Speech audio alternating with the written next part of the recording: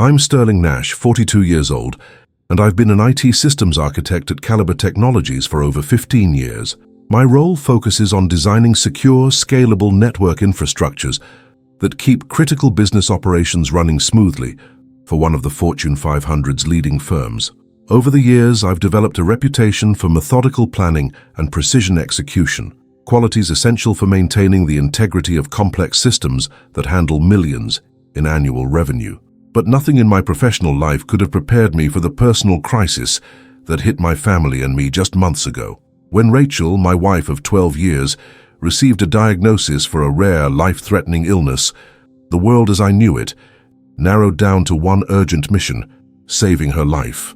I quickly realized that the medical bills, for the surgery alone, would far exceed our insurance coverage. After exhaustive consultations with specialists and financial advisors, the total cost came to $180,000.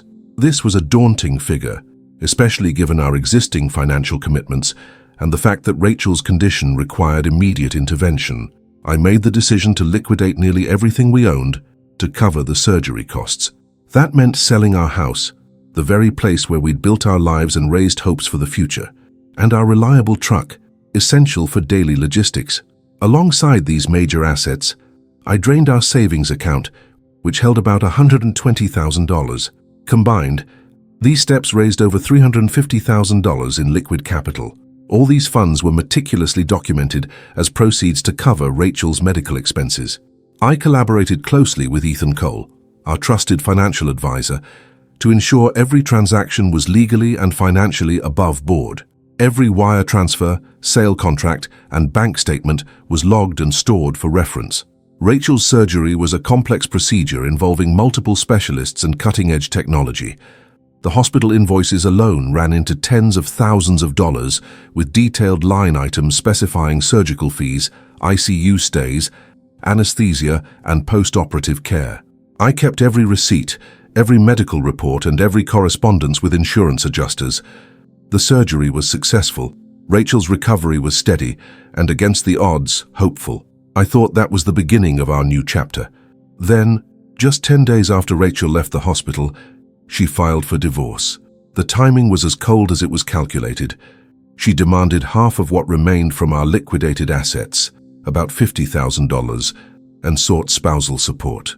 This wasn't just a personal betrayal, it was a financial ambush, yet I remained composed. Professionally, I am trained to analyze situations dispassionately, to strip away emotion and focus on facts and strategy. I calmly said to her, "I see," even though inside the shock was profound. In that moment, I shifted my mindset from personal devastation to tactical analysis. I immediately began reviewing our financial documents, our marital agreements, and legal precedents related to asset division. There was no room for error or impulsiveness. I knew that winning this fight would require leveraging everything at my disposal: my professional skills, the careful documentation I had maintained, and the expertise of legal and financial consultants. The stakes were high, not just the money, but my professional reputation and future security. Sitting in what was once our home, now sold, I found myself temporarily relocated to a modest motel room. The surroundings were stark, a daily reminder of what had been sacrificed. Yet the door to that room was not just an entrance. It was also a threshold to the challenge ahead, a challenge I was determined to meet with the same precision and resolve that had defined my career. In this crucible, I was no longer just Sterling Nash, the IT architect. I was Sterling Nash, the strategist, ready to reclaim control through systematic, documented, and methodical justice. My career at Caliber Technologies began in 2008 as a junior engineer fresh out of college. From the start, I was drawn to the complexity and precision that network architecture demanded. Caliber's environment was highly competitive, but also collaborative, which allowed me to accelerate my learning curve. By 2012, I had earned a promotion to systems engineer, taking on increasingly complex projects that required not just technical expertise, but also strategic foresight and risk management. I became the go-to person for designing scalable solutions that integrated seamlessly with existing infrastructure, a skill critical to maintaining uptime and operational continuity. The pivotal moment in my professional growth came in 2016, when I was promoted to lead IT systems architect. This was more than a title change. It was a responsibility shift. I was now accountable for designing and maintaining the network infrastructure that supported Caliber's core business systems, which generated around $8.5 million in annual revenue. My role required not only technical mastery, but also precise documentation and stakeholder communication. For instance, when I introduced a new secure network segmentation framework, the documentation had to be airtight to satisfy both internal auditors and external regulators.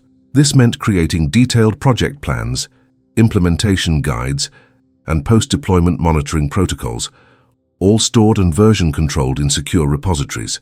One particular project underscored my value. I spearheaded a cybersecurity overhaul after a minor breach threatened data integrity.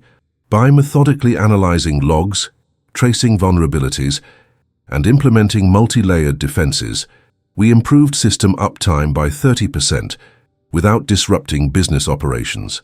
This success bolstered my reputation not just within IT, but across departments. I developed trusted relationships with executive leadership and external clients, ensuring that the network systems aligned with both business goals and compliance requirements. Throughout my tenure, I have been meticulous in maintaining comprehensive records, not only project documentation, but also financial and transactional logs related to my work. This habit of thorough documentation was initially instilled by my mentors, who emphasized accountability and audit readiness. Over time, it became second nature. I tracked every change, every vendor interaction, and every financial transaction related to system upgrades or emergency patches. These records later proved invaluable, providing a clear, indisputable paper trail that demonstrated responsible stewardship of company resources. This same methodical approach extended beyond the office. When Rachel's diagnosis forced us into a financial crisis, I applied the same rigor to managing our personal finances. Collaborating with Ethan Cole, our financial advisor, I ensured that every asset sale, wire transfer, and expense was documented with precision, mirroring the standards I upheld professionally. The discipline I cultivated over years in IT architecture, structured analysis, strategic planning, and exhaustive documentation became my armor against the chaos unfolding in my personal life. While my professional life initially insulated me from the turmoil, it also made me acutely aware of the vulnerabilities that arise when trust is breached. My relationships at Calibre, built on transparency and reliability, contrasted sharply with the sudden financial and emotional betrayal I was experiencing. Yet, these professional dynamics also gave me a framework for resilience. They reminded me that problems, no matter how complex or personal, can be managed and solved through systematic, documented processes. Maintaining this balance between professional integrity and personal upheaval has not been easy, but it has underscored a vital truth. In situations where trust is compromised and stakes are high, the value of methodical record-keeping and strategic thinking cannot be overstated. It became clear that my next steps would require leveraging the very same skills that built my career: detailed evidence gathering, contractual knowledge, and a calm, analytical mindset. These would be the foundation to counter the unexpected and deliberate challenges posed by Rachel's divorce filing, setting the stage for the strategic phases to come. Rachel Nash, my wife of 12 years, had always struck me as independent and determined, but after the surgery and the financial sacrifices I made, her true motivations began to surface with unsettling clarity. The liquidation of our assets, selling the house, truck, and draining our savings, had not brought us closer as I had hoped. Instead, it became a catalyst for a growing resentment that I hadn't anticipated. Rachel's desire for financial independence, which I once supported, now felt like a justification for opportunism. She saw the depleted state of our finances not as a shared burden, but as a chance to leverage what little remained for her own benefit. It quickly became apparent that Rachel's strategy wasn't just born out of emotional strain, but was a calculated move. Within days of her filing for divorce, she enlisted the services of Marcus Flanagan, a divorce attorney known for his aggressive approach to asset division. I learned that Marcus had a reputation for pursuing the maximum financial advantage for his clients, often through exhaustive legal pressure and strategic exploitation of any ambiguities in marital property agreements. This wasn't just a routine divorce proceeding, it was a targeted legal campaign designed to capitalize on my vulnerable financial position. Marcus's approach was straightforward. Claim half of the remaining liquid assets, approximately $50,000, and pursue spousal support payments. His legal filings were aggressive, outlining demands that went beyond typical post-divorce support and appeared aimed at securing a long-term financial foothold. What struck me as particularly concerning was how Marcus and Rachel seemed to gloss over the specifics of our financial arrangements. From what I gathered, their strategy hinged on the assumption that all assets accumulated during the marriage, including those recently liquidated, were fully subject to division. What they overlooked, however, was a critical legal safeguard embedded in our prenuptial agreement, one that I had insisted on years ago with the foresight of a professional accustomed to risk management. Clause 4.3 of that agreement specifically excluded any assets sold to cover medical emergencies from the marital property pool subject to division. This clause was meticulously drafted and legally vetted when we married, precisely to protect either party from financial exploitation during unforeseen health crises. The $350,000 raised through asset liquidation to fund Rachel's surgery unequivocally fell under this exemption. I had ensured that every sale contract, bank statement, and wire transfer was properly labeled and documented to reflect this medical necessity. Marcus, despite his legal acumen, failed to thoroughly analyze this contractual clause. His filings lacked any reference to the prenuptial medical exemption, an oversight that revealed either a strategic gamble or a genuine lack of due diligence. His team's legal arguments rested on general principles of marital asset division, ignoring the specific terms that governed our financial arrangements. This was an error that, once uncovered, would significantly weaken their position. Meanwhile, I strengthened my defense by consulting Ethan Cole, our trusted financial advisor, whose role became pivotal at this juncture.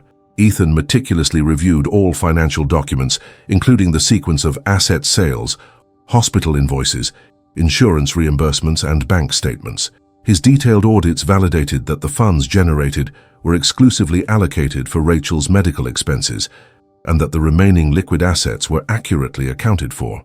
Ethan's expertise extended into the realm of financial forensics, enabling us to identify gaps and inconsistencies in Rachel's disclosures.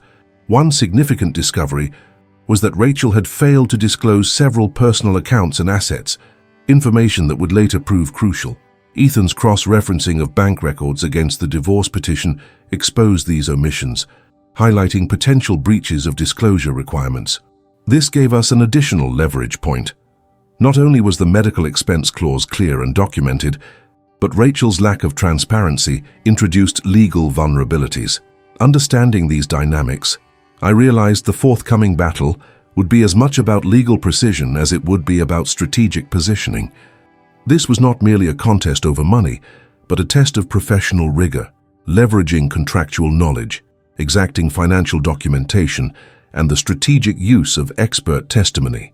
I approached this challenge with the same methodical mindset I applied to my work at Caliber Technologies. Dissect the problem, identify risks, gather indisputable evidence, and execute a plan that left no room for ambiguity. Though the personal betrayal stung deeply, I made a conscious decision to maintain professional composure. I knew that allowing emotion to cloud judgment would only give Marcus and Rachel an advantage. Instead, I focused on reinforcing the legal and financial foundation of my case, confident that the carefully maintained documentation and contractual clarity would ultimately serve as my strongest allies. The stakes were immense, not only the immediate financial implications, but also my long-term professional and personal stability. In this critical phase, I prepared myself to engage legal counsel and financial experts fully, knowing that every detail would be scrutinized. Rachel's motivations, driven by resentment and a calculated desire for financial gain, were clear. Yet I was equally determined to meet her challenge with a strategic, evidence-based response that would protect what remained and hold her accountable to the agreements we had established. The next steps would require precision, patience, and a systematic approach to dismantle her claims piece by piece. As I sat down with the divorce petition in front of me, the weight of Rachel's demands quickly became clear. Her legal filings sought $175,000 in asset division, far exceeding the roughly $50,000 still liquid after the surgery expenses, and requested $3,000 in monthly spousal support. The numbers alone were staggering, especially considering the financial sacrifice I had already made to save her life. But financial shock aside, my focus was on dissecting every claim with the precision that my professional training demanded. I methodically began a line-by-line analysis of the divorce petition and accompanying financial disclosures. The petition's narrative portrayed a picture of shared marital assets, glossing over the critical fact that a significant portion had been liquidated specifically to fund Rachel's surgery. This was not just a case of asset division, it was an attempt to claim a windfall from funds already expended on her behalf. I knew that without careful scrutiny, these assertions could easily mislead both the court and any mediators involved. Pulling out my meticulously organized files, I cross-referenced the assets Rachel claimed with our bank statements, sale contracts, and wire transfer records. The $350,000 liquidation was clearly documented. The sale of our family home, the truck, and withdrawals from our savings account were all accounted for in detailed transaction logs. Each entry corresponded directly to hospital invoices and medical billing statements I had secured from the hospital's finance department. An extensive breakdown including surgical fees, ICU stays, anesthesia, and post-operative care. These invoices alone totaled over $180,000, matching the amount liquidated for medical treatment. Insurance reimbursements were also carefully noted, demonstrating that the net cost was fully covered by these funds. I also reviewed our prenuptial agreement, focusing specifically on Clause 4.3, the medical expense exemption clause. This provision explicitly excludes any assets sold to cover medical emergencies from marital property subject to division. Its language was unambiguous and had been drafted with legal counsel's input well before our marriage. I compared this clause against Marcus Flanagan's filings and was unsurprised to find no reference to it. This omission was a critical oversight on his part, potentially fatal to Rachel's claims. Beyond the contractual language, I scrutinized Rachel's financial disclosures for completeness and accuracy. Collaborating remotely with Ethan Cole, our financial advisor, we performed a forensic-level audit of her asset declarations. Ethan flagged several discrepancies, undisclosed bank accounts and brokerage holdings totaling tens of thousands of dollars, none of which had been mentioned in her filings. These omissions could constitute serious breaches of disclosure obligations, undermining her credibility and strengthening our legal position. Simultaneously, I uncovered email correspondence between Rachel and Marcus, discussing their aggressive approach to asset claims. The tone was strategic, aimed at maximizing financial recovery regardless of legal nuance. Yet these emails revealed no awareness or acknowledgement of the binding prenuptial clause. It became clear their case relied heavily on broad marital asset division principles without considering contractual carve-outs. This discovery shaped my emerging strategy: leverage the comprehensive documentation of asset liquidation, medical expenses, and contractual protections to dismantle Rachel's financial claims. I knew that systematically presenting these facts in court would require clear chronological organization to prevent any ambiguity or misinterpretation. My aim was to demonstrate beyond doubt that the funds Rachel sought to claim had already been expended on her behalf, protected explicitly by our prenuptial agreement, and properly documented through every stage of the transactions. At the same time, the absence of full financial transparency on Rachel's part opened another potential avenue for legal challenge. By documenting her failures to disclose personal accounts and assets, we could question the good faith underpinning her claims and potentially pursue sanctions or adjustments. This dual-pronged approach, enforcing contractual terms and exposing disclosure failures, would be the foundation of my defense. Throughout this process, I maintained a deliberate, clinical mindset. Emotion had no role in this phase. The work was about assembling facts, analyzing legal documents, and preparing a coherent response that would withstand rigorous scrutiny. The stakes were too high for anything less than professional discipline. As I closed the folder containing Rachel's petition and supporting financial documents, I was already drafting the outline of a detailed brief to share with the legal counsel I planned to engage. The evidence was on my side. If presented correctly and systematically, it would neutralize the financial threat Rachel's claims represented. Yet, the challenge ahead remained daunting. How to transform this amassed documentation and contractual clarity into actionable legal strategy while navigating the unpredictable dynamics of divorce proceedings. This was the moment when professional rigor had to meet personal resolve. The process of reviewing, validating, and organizing all relevant documentation was the critical groundwork for the battles to come. My next steps would be to formalize this analysis with legal experts, turning raw evidence into structured argumentation that could decisively counter Rachel's aggressive claims. The door had been opened not just to a legal contest, but to a test of strategic competence and resilience. After thoroughly assessing Rachel's divorce petition, her financial disclosures, and the glaring gaps in her claims, I knew that relying solely on my own analysis wouldn't suffice.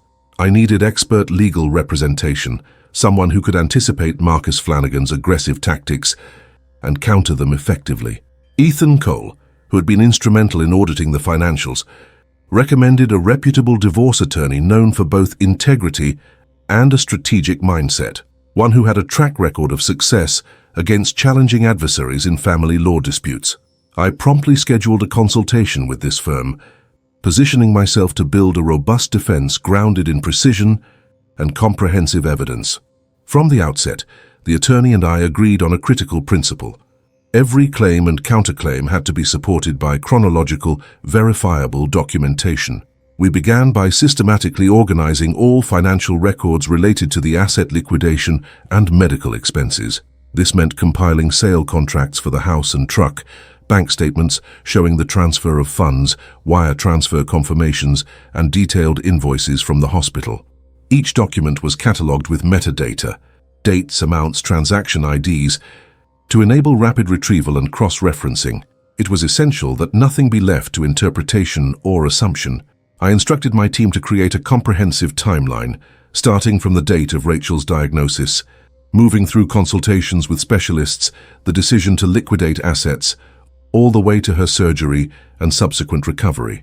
This timeline served as a backbone for our case presentation, contextualizing each financial transaction within the broader narrative of medical necessity and urgency.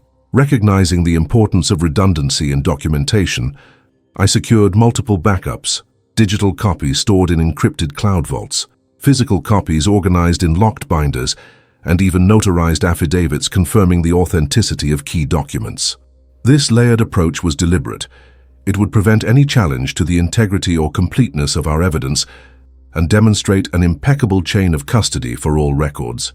Parallel to organizing financial documentation, we collected all email correspondence and text messages between Rachel, Marcus Flanagan, and any other involved parties. These communications revealed the aggressive posture of Rachel's legal team and their apparent disregard for the pre-nuptial medical expense clause. These exchanges were extracted, time-stamped, and annotated to highlight inconsistencies and omissions. Their strategic significance lay in exposing potential bad faith and the lack of due diligence in Rachel's claims. With Ethan's detailed financial audit reports in hand, my legal counsel and I began identifying key leverage points. First, the prenuptial agreement's clause 4.3 was our strongest shield. We planned to emphasize its clear exclusion of medical emergency asset sales from marital property. Second, we flagged Rachel's failure to disclose multiple personal bank and brokerage accounts, discrepancies that could constitute legal violations and undermine her credibility. Third, hospital billing statements and insurance reimbursement records definitively traced the movement and use of the $350,000 asset liquidation funds, underscoring that these were not discretionary funds, but dedicated medical expense payments. To bolster our position, I initiated the process of gathering witness declarations. Close friends and family members who had been aware of the asset sales and the urgent medical circumstances were contacted. Their statements would corroborate the necessity of the liquidation and Rachel's initial agreement to this course of action. These affidavits were drafted to avoid emotional language, focusing instead on factual confirmation of events and timelines, thus reinforcing the objective nature of our case. In addition, I instructed Ethan to prepare a formal statement as a financial advisor, attesting to the legitimacy and transparency of the transactions. His testimony would be integral in court, providing expert validation that the funds were handled responsibly and exclusively for medical needs. Throughout this phase, I maintained rigorous oversight of all documentation flow and legal strategy discussions. Though the situation was deeply personal, I approached it with the same systematic rigor that guided my work designing secure IT infrastructures. No detail was too small, no inconsistency overlooked. Every document was cross-checked, every timeline entry verified, ensuring a bulletproof presentation. Meanwhile, my legal team began drafting preliminary motions and discovery requests aimed at compelling Rachel to fully disclose her financial holdings, including the accounts she had omitted. We also prepared to challenge her spousal support demands by assembling evidence of her improved post-surgery earning capacity, leveraging income statements and publicly available job market data. Recognizing that this process could be protracted, I secured interim consulting engagements within the tech sector to stabilize my income, mindful that financial stability would be vital for sustaining the legal battle. This professional engagement also served to demonstrate my ongoing commitment and reliability, reinforcing my standing both personally and in the eyes of the court. As these preparations solidified, I understood that the upcoming legal contest would hinge not on emotional appeals, but on the disciplined presentation of facts and contractual obligations. By aligning my methodical documentation, expert counsel, and financial audits, I was assembling a strategic defense designed not just to counter Rachel's claims, but to expose the fundamental flaws in her approach. The groundwork was laid. Now it was time to proceed with calculated precision. My legal team and I moved deliberately to build an airtight case grounded exclusively in the facts and contractual terms that governed my financial situation. The cornerstone was Clause 4.3 of our prenuptial agreement, a provision I had insisted upon years earlier, precisely to prevent disputes over emergency medical expenses. This clause explicitly exempts from marital asset division any asset sold or liquidated to cover medical emergencies. I reviewed it meticulously with my attorneys, confirming not only its legal enforceability, but also its unequivocal language that left no room for misinterpretation. We plan to highlight this clause front and center as the legal shield against Rachel's claims. Simultaneously, we assembled a comprehensive body of financial documentation that tracked every dollar raised and spent. Our binder contained the following: finalized contracts for the sale of our house and truck, bank statements confirming the deposits and withdrawals related to those sales, wire transfer confirmations to the hospital's finance department, and detailed hospital billing statements itemizing every charge associated with Rachel's surgery and aftercare. These invoices, covering surgical fees, ICU stays, anesthesia, imaging, and rehabilitation, totaled just over $180,000, matching the liquidated assets designated for medical use. Insurance reimbursement documents were attached as well, showing the net out-of-pocket expense precisely. Each document was cross-referenced with dates and transaction IDs, creating a chronological audit trail. We ensured digital copies were backed up on secure encrypted cloud storage with strict access controls, while physical copies were organized in locked binders to maintain chain of custody integrity. This meticulous approach reflected my IT background, where audit trails and version control are non-negotiable, and it translated seamlessly into legal evidence management. Ethan Cole, our financial advisor, played a pivotal role in reinforcing the credibility of our documentation. He prepared a sworn affidavit, attesting to the authenticity and accuracy of all transactions.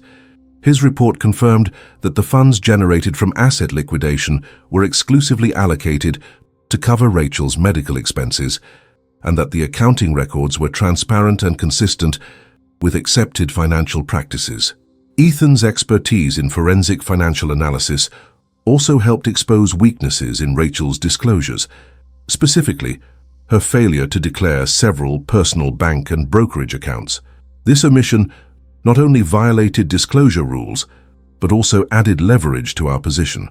Legal counsel drafted motions emphasizing the enforceability of the prenuptial medical expense clause, framing it as a clear contractual obligation that superseded general marital property laws. We also prepared to file discovery requests aimed at compelling Rachel to fully disclose all financial accounts, a necessary step given the irregularities Ethan uncovered.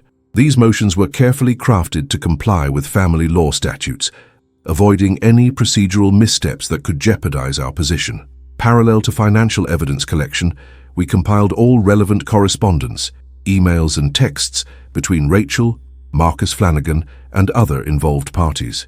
These communications revealed a strategic intent to maximize financial gain without regard for the binding prenuptial stipulations. Our legal team annotated these exchanges, preparing excerpts that highlighted omissions, inconsistencies, and potential bad faith negotiations.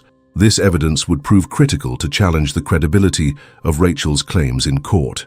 Understanding the persuasive power of witness testimony, I initiated the collection of affidavits from close friends and family members who had first-hand knowledge of the asset sales and the medical emergency.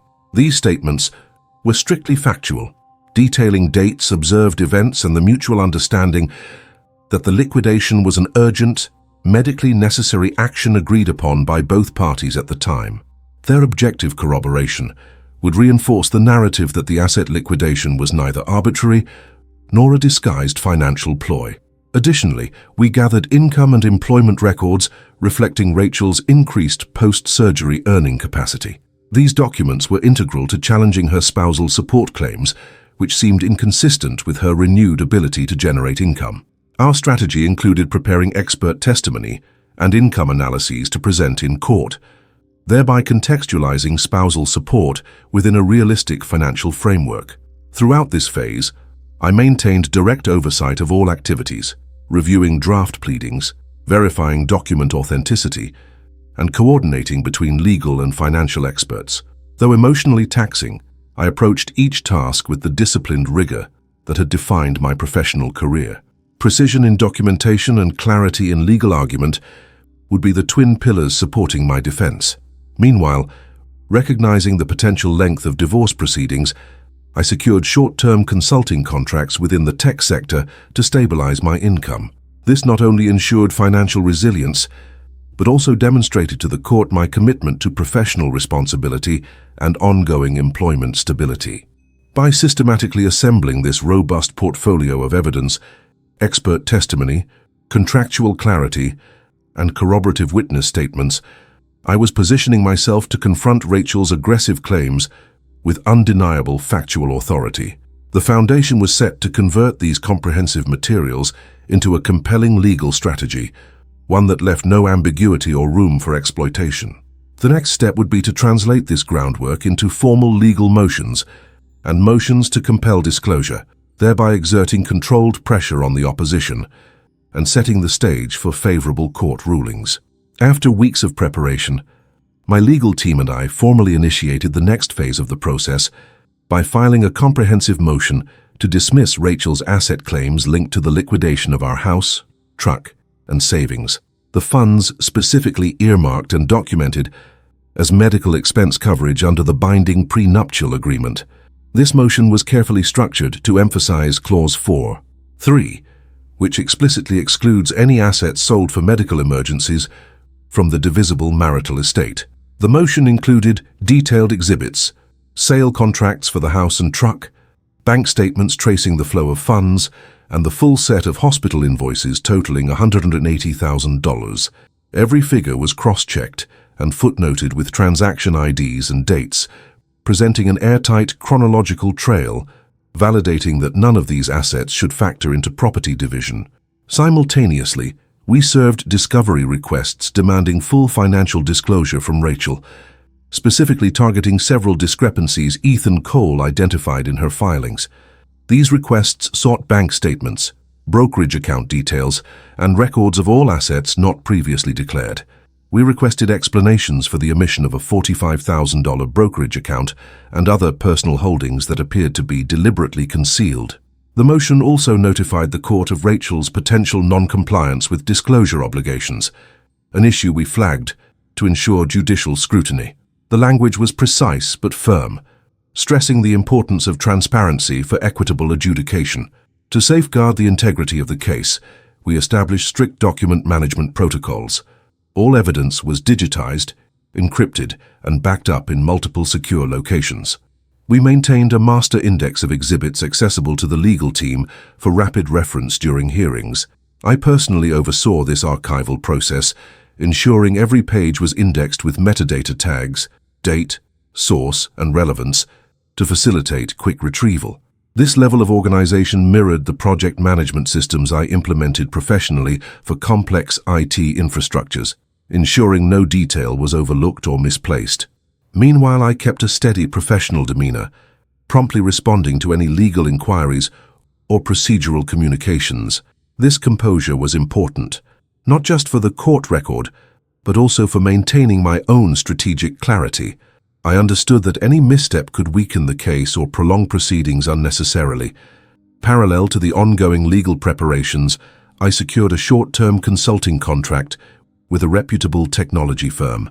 This engagement was not only a financial necessity, but also a strategic statement demonstrating my continued professional reliability and stability during the dispute. Rachel's legal team, seemingly unaware of the full breadth of the evidence and documentation we had amassed, pushed for expedited hearings to force a quick resolution.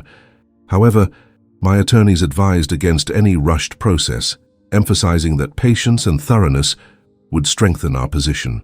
We prepared counter-arguments to any motions for acceleration, highlighting the need for full disclosure and careful review of the contractual terms. To that end, we drafted a detailed income and employment analysis challenging Rachel's spousal support claims. This analysis incorporated her post-surgery medical evaluations and documented evidence of her job prospects and actual earnings since recovery. In addition, we compiled medical reports illustrating Rachel's improving health trajectory, undermining arguments for prolonged or excessive spousal support. These reports were sourced from her attending physicians and included objective assessments of her functional capacity and expected employment timeline. This medical evidence, paired with financial data, created a multi-dimensional rebuttal to her support claims. Throughout this phase, communication between my legal team, Ethan, and myself was continuous and precise. Weekly meetings reviewed new disclosures, refined motions, and adjusted strategies based on Rachel's responses, or lack thereof. We also prepared for the possibility that Rachel might attempt to conceal additional assets or introduce new financial claims. Contingency plans were developed to quickly file motions to compel or sanction non-compliance if needed. Despite the mounting pressure, I maintained a professional balance, continuing my consulting work, managing my personal affairs, and overseeing the legal strategy with the same measured approach I applied to large-scale IT projects. The situation was far from resolved. Rachel's aggressive posture and lack of transparency meant the battle was still unfolding. However, by systematically leveraging documented evidence, clear contractual protections, and expert testimony, I was positioning myself to assert control over the process. As the court dates approached, I reviewed every document, every line of argument, and every testimony draft with my legal team. The goal was to ensure that when the case was heard, our position would be unassailable, not merely a reactive defense, but a proactive demonstration of contractual compliance and financial integrity. This meticulous preparation was essential to counter Rachel's claims effectively and to initiate the process of reclaiming what was rightfully protected under our agreement. In summary, filing the motion to dismiss the medical sale asset claims, serving discovery requests for undisclosed accounts, and notifying the court of Rachel's potential withholding of information marked a critical escalation in the case. It was a transition from evidence gathering to assertive legal action, underpinned by professional discipline and strategic patience. The stakes remained high, and the path ahead required continued composure and rigor as we prepared to meet each legal challenge head-on. Rachel's legal team faced immediate setbacks once our motion and discovery requests reached the court's desk. The judge ordered a full disclosure of all financial accounts, underscoring the court's insistence on transparency in marital asset disputes. This ruling was a pivotal moment. It meant Rachel had to provide comprehensive documentation of every bank and brokerage account, which directly challenged the incomplete disclosures she had submitted initially. Within days, her failure to disclose a $45,000 brokerage account surfaced through the court-mandated financial disclosures. This omission was not a minor oversight. It was a material misrepresentation with significant legal implications. My legal team flagged this as a critical breach of the disclosure requirements that govern divorce proceedings. The brokerage account's balance, transaction history, and associated statements were scrutinized closely. We analyzed the timing of deposits and withdrawals to assess whether there was an attempt to conceal or dissipate assets. The pattern suggested deliberate withholding of information, which undermined her credibility before the court. The judge responded decisively. Not only did the court require Rachel to provide full and accurate financial disclosures moving forward, but it also granted a temporary suspension of her spousal support claims. This provisional ruling reflected judicial caution, pending a comprehensive review of her income, assets, and the legitimacy of her demands. The suspension was a substantive blow to Rachel's financial position. Her anticipated $3,000 monthly support was put on hold, impacting her immediate cash flow. Concurrently, Rachel's attorneys sought to negotiate a confidential settlement to avoid protracted litigation. Their proposals aimed to secure a favorable financial outcome without further exposure of undisclosed assets or the prenuptial agreement's enforceability. However, my counsel advised against any settlement at that point. The legal posture was firm. With our documentation airtight and Rachel's credibility compromised, there was no incentive to resolve the matter quietly. We declined mediation requests, signaling readiness to proceed to full discovery and trial if necessary. Throughout this period, I maintained professional composure, fully aware that every interaction, whether direct communications, court hearings, or email exchanges, would be recorded and could serve as evidence. Rachel's frustration became evident in the terse, sometimes evasive emails exchanged between her and Marcus. These messages, preserved by my legal team, revealed a growing impatience and occasional contradictions in her assertions. The correspondence was reviewed meticulously to identify any statements that could demonstrate bad faith or inconsistency, strengthening our case. Meanwhile, I focused on stabilizing my own position. Recognizing the financial strain the proceeding placed on me, I secured a consulting contract with a reputable tech firm. This engagement provided immediate income and conveyed professional reliability to the court. It was vital to show that I was not only defending my financial interests, but also maintaining employment and income stability. The combination of court-ordered disclosures, temporary suspension of spousal support, and rejection of settlement overtures marked a significant turning point. It shifted the momentum firmly in my favor, reinforcing the strategic plan grounded in methodical documentation and contractual clarity. The battle was far from over, but Rachel's immediate leverage had diminished considerably. The groundwork was laid for the next phase, rigorously challenging her remaining claims and preparing for trial with a fortified evidentiary position. This phase reinforced a critical professional lesson. In complex disputes, patience and thorough documentation often outmatch aggressive tactics unsupported by factual and contractual foundation. I remained vigilant, knowing that every legal maneuver Rachel attempted would meet precise countermeasures. The door to resolution had opened, but the path required continued discipline and strategic foresight. When the case finally came before the court, I was prepared to present the culmination of weeks of meticulous work, backed by detailed evidence and airtight legal arguments. Our primary motion sought to exclude from the marital asset division all proceeds arising from the sale of assets explicitly liquidated to fund Rachel's critical medical surgery. The motion focused heavily on Clause 4.3 of our prenuptial agreement, a clause that, although drafted years earlier as a safeguard for unforeseen emergencies, turned out to be the linchpin of our defense.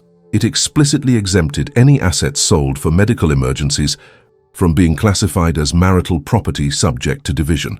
This provision was unambiguous, a rare clarity in a field often muddled by legal gray areas. During the hearing, my attorney took the lead, systematically walking the judge through the exhaustive documentation we had compiled.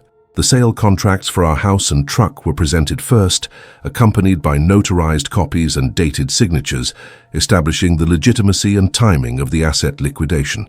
Next, we laid out the bank statements and wire transfer confirmations showing a clear, traceable flow of funds from these sales directly into hospital accounts. The hospital billing statements were extensive, itemized charges for surgery, ICU care, anesthesia, and rehabilitation over several weeks.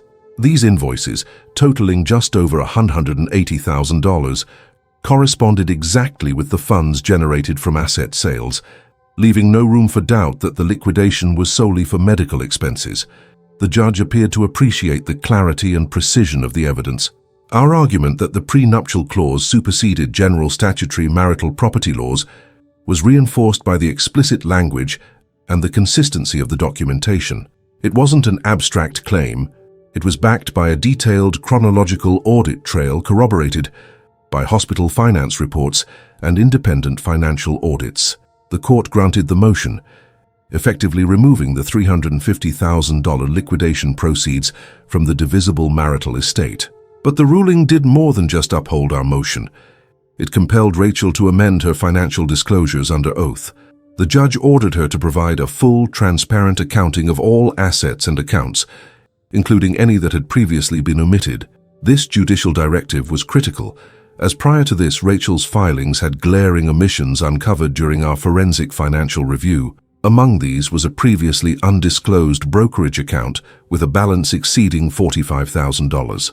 This account's concealment became a focal point for my legal team, signaling a potential breach of disclosure obligations and raising the specter of bad faith. The court's order placed Rachel under increased scrutiny, requiring her to submit detailed statements and supporting documents for all her holdings. This meant that any attempt to withhold or delay information could prompt immediate court sanctions. The judge's message was clear. Transparency was non-negotiable, and the integrity of the proceedings depended on full disclosure. In a parallel development, the court granted a temporary suspension of Rachel's spousal support claims. This provisional ruling factored in her improved post-surgery earning capacity and the unresolved questions about her asset disclosures. The suspension was a significant setback for Rachel, removing her anticipated $3,000 monthly income pending further review. This judicial caution reflected an approach grounded in fairness, but also in rigorous verification, ensuring that support awards were based on accurate financial realities rather than unverified claims. Throughout this phase, Rachel's legal team attempted to counteract the momentum my counsel had gained. They submitted multiple informal requests to expedite hearings and push for confidential settlements, aiming to avoid further exposure of undisclosed assets and the vulnerabilities exposed by the prenuptial clause's enforcement. However, my attorneys advised firmly against any settlement at this stage. We recognized that accepting a negotiation under these conditions would undercut the leverage gained from the court's favorable rulings and the mounting evidence against Rachel's claims. Our position was to maintain a strong, evidence-backed posture, signaling readiness to proceed through full litigation if necessary. Meanwhile, I exercised professional discipline in all communications and court appearances. Recognizing that every email, phone call, and filing could become evidence, I maintained a composed and factual tone. My attorneys carefully preserved all correspondence, including increasingly terse and frustrated emails from Rachel and her counsel. These communications revealed incremental contradictions and an escalating sense of urgency on their side, which only strengthened our assertions of bad faith negotiation tactics.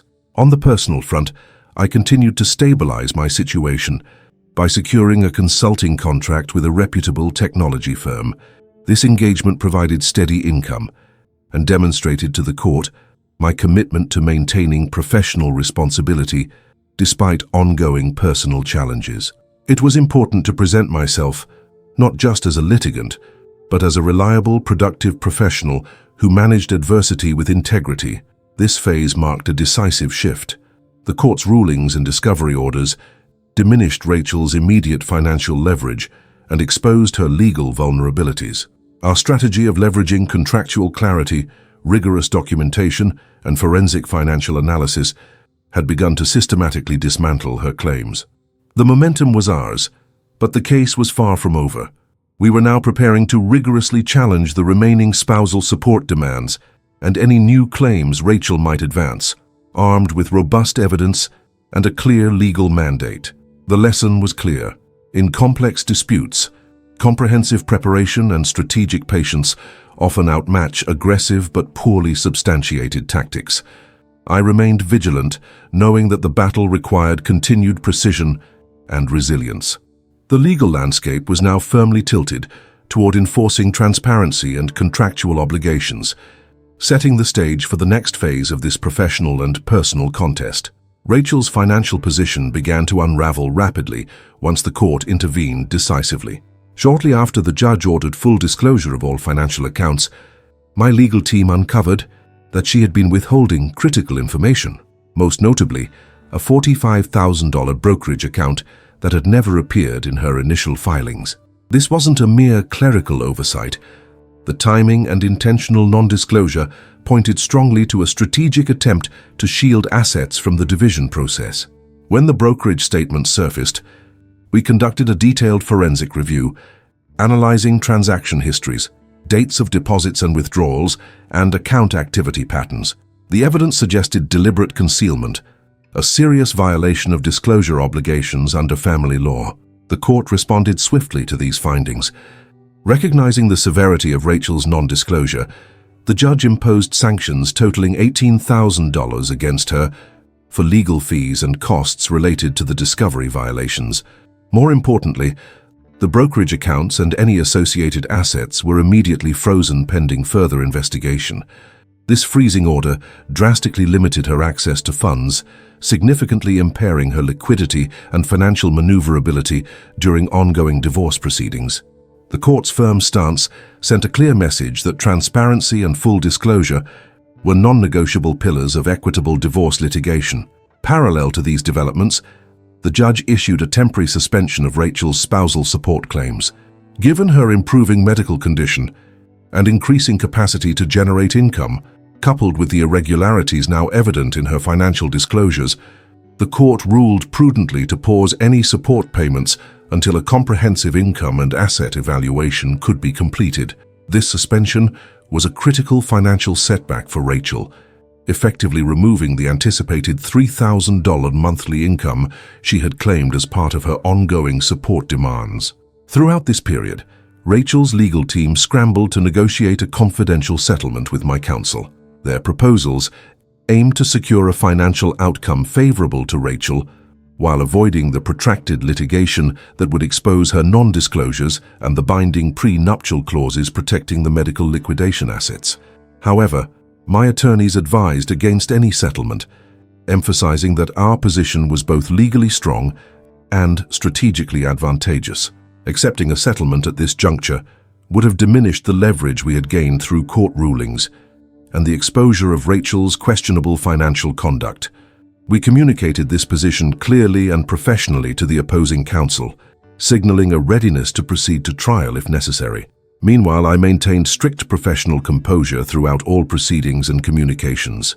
Every email and message exchanged between Rachel, her counsel, and myself was meticulously preserved by my legal team.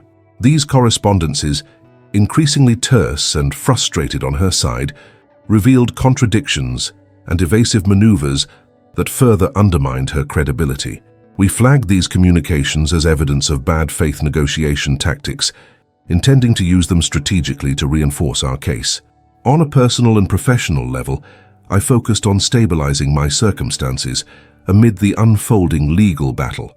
I secured a consulting contract with a reputable technology firm, providing a steady income stream that demonstrated financial responsibility and professional continuity. This engagement also reinforced my standing before the court, highlighting my commitment to maintaining employment stability despite the stresses of ongoing litigation. The combination of court sanctions, frozen assets, suspension of support payments, and the rejection of settlement overtures marked a decisive turning point in the case. Rachel's immediate financial leverage was significantly diminished, and the mounting legal pressure began to erode her position. Our strategy, grounded in precise documentation, contractual clarity, and forensic financial analysis, was steadily dismantling her aggressive claims.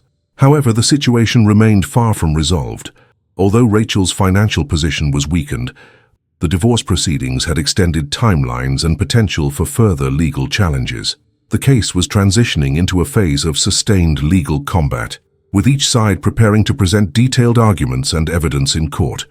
I remained vigilant, continuing to refine documentation, coordinate with legal experts, and monitor Rachel's disclosures closely. This phase of the dispute reinforced a critical professional lesson for me. In complex legal and financial conflicts, patience and meticulous evidence gathering invariably outweigh impulsive or aggressive tactics unsupported by solid facts. The court's firm enforcement of disclosure obligations and the binding nature of prenuptial agreements underscored the importance of clear contractual language and rigorous documentation. As we prepared for the next stages, I remained committed to a strategy defined by methodical precision and calm resolve. Rachel's financial deterioration was a consequence not of personal vindictiveness, but of systematic legal accountability enforced through the structures and standards I had rigorously maintained. The path ahead required continued discipline and strategic foresight to convert this momentum into a favorable resolution, safeguarding both my financial and professional future. When the court delivered its rulings, the meticulous preparation and strategic rigor my legal team and I had invested finally began to yield tangible results. The judge's decision awarded me control of $65,000 of the remaining liquid assets, funds that rightfully belonged to me after excluding those sold for Rachel's medical emergency, as stipulated in Clause 4.3 of our prenuptial agreement. This was a decisive affirmation that the contractual language we had relied upon was enforceable, and that the court recognized the clear distinction between marital assets and those liquidated under exigent medical circumstances. Additionally, the court ordered Rachel to reimburse me $22,000 in legal fees, reflecting the financial burden I had incurred defending against unfounded claims and deceptive omissions in her disclosures. This reimbursement was not merely compensatory. It was a judicial acknowledgement of the bad faith present in her initial filings and the needless prolongation of litigation due to her failure to fully disclose assets. The ruling underscored the legal principle that parties must act transparently and in good faith during divorce proceedings, and any deviation risks tangible consequences. Crucially, the court dismissed all spousal support claims Rachel had advanced. Our comprehensive presentation demonstrated that her post-surgery earning capacity had rebounded sufficiently to negate the need for ongoing support, and that the claimed amounts were neither reasonable nor consistent with her actual income. The medical reports, employment records, and income projections we submitted effectively countered her assertions, convincing the court that awarding spousal support under these circumstances would be unjustified. Rachel herself faced significant judicial penalties. The court mandated strict compliance with asset disclosure, imposing a formal obligation that extended beyond the divorce proceedings. Failure to adhere to this order would expose her to contempt proceedings and further sanctions. Most notably, the judge placed Rachel on a 5-year probationary period for financial misconduct, a rare but pertinent measure reflecting the seriousness of her undisclosed brokerage accounts and attempts to conceal assets. This probation included mandatory financial audits and reporting requirements designed to prevent future misconduct and ensure accountability. The legal community took notice. Family law professionals and mediators acknowledged this case as a landmark enforcement of prenuptial agreements, especially clauses protecting medical emergency expenditures, and a cautionary example highlighting the consequences of financial opacity during divorce.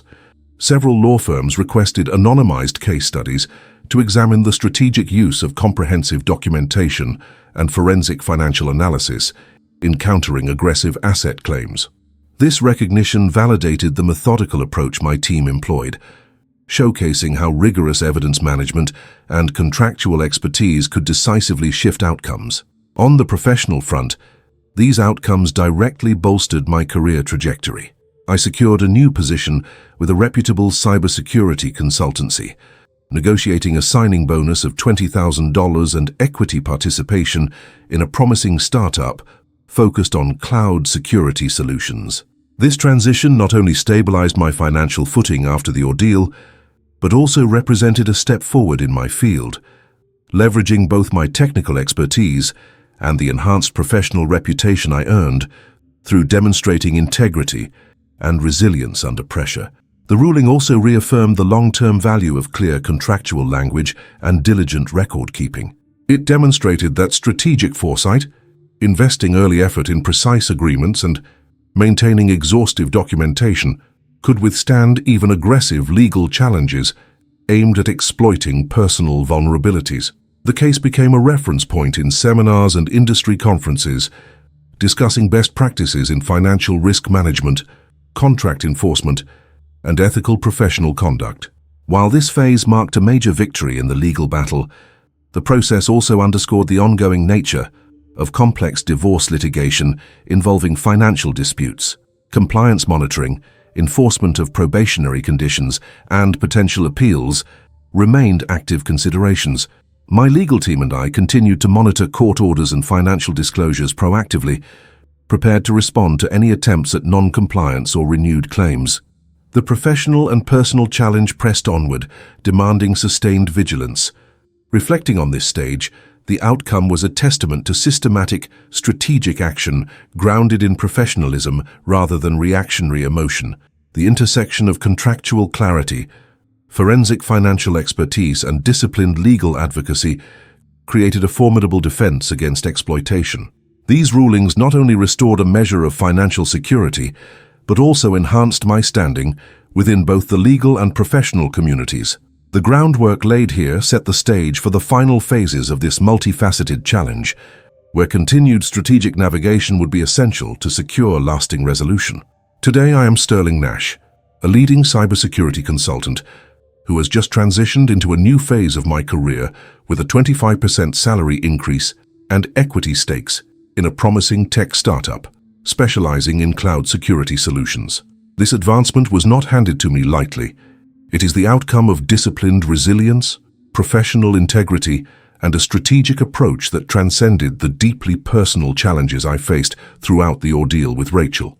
The experience underscored one fundamental truth that I now hold at the core of both my professional and personal philosophy: clear contractual language, meticulous documentation, and measured patience form the bedrock of effective risk management and justice in complex disputes.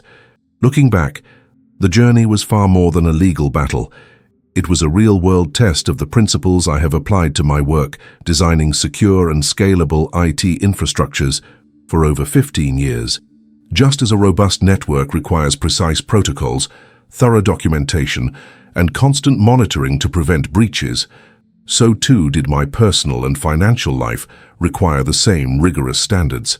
The ordeal reaffirmed how vital it is to anticipate risks, prepare in advance, and maintain transparency, even under pressure. Without the prenuptial clause that explicitly excluded medical emergency asset sales from the marital pool, or the exacting financial logs Ethan and I compiled, I would have been vulnerable to irreversible losses. These safeguards transformed what could have been a catastrophic defeat into a structured, winnable challenge. Rebuilding after the conflict involved more than recovering lost assets. It meant restoring my professional reputation and regaining control over my financial destiny. The recognition I received within the cybersecurity community, highlighting my ethical financial management and calm, strategic approach, opened doors to new opportunities. The signing bonus and equity stake I negotiated were not simply compensation. They represented acknowledgement from industry leaders who valued not only my technical expertise, but also my ability to navigate complex, high-stakes situations with integrity. This renewed professional footing empowered me to rebuild my savings beyond $200,000 and establish a healthier work-life balance, something that had been elusive during the crisis. Reflecting on the process, I realized the critical importance of methodical preparation in the face of adversity. From the outset, I maintained a clear separation between emotion and strategy, leveraging my professional training to dissect each move analytically. When Rachel filed for divorce shortly after her recovery, I did not react impulsively. Instead, I immediately began assembling a comprehensive portfolio of evidence.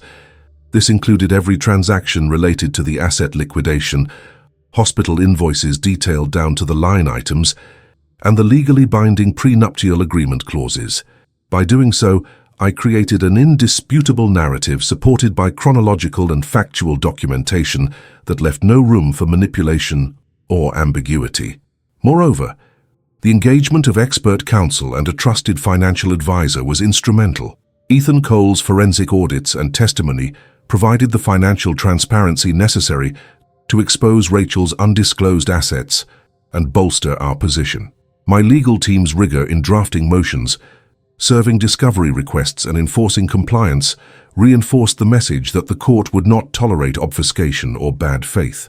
The case became less about personal grievances and more about upholding systematic justice based on enforceable contractual terms and factual evidence. This experience has also reshaped my perspective on patience and resilience as professional virtues. Legal proceedings are rarely swift or straightforward, especially when emotions and finances intertwine. I learned that maintaining composure, responding promptly and professionally rather than reacting emotionally, preserves strategic clarity and strengthens one's position. The incremental court rulings, sanctions, and eventual judgments were milestones along a longer path requiring endurance and consistent adherence to procedural discipline. Today's reality is a testament to the power of strategic foresight and meticulous execution. I have rebuilt not only my savings, but also my professional credibility, and I operate with renewed confidence in my ability to manage crises effectively. The case has become part of my professional narrative, a demonstration that success in high-pressure challenges depends on documented facts, contractual clarity, and unwavering strategic resolve, rather than reactive emotion. As I reflect calmly on everything that transpired, I recognize that fate did knock, but it was my preparedness, expertise, and systematic approach that allowed me to answer decisively. This experience has reinforced my commitment to upholding these principles, both in my career and personal life, knowing full well that they constitute the foundation for sustainable success and integrity in any complex dispute or challenge that lies ahead.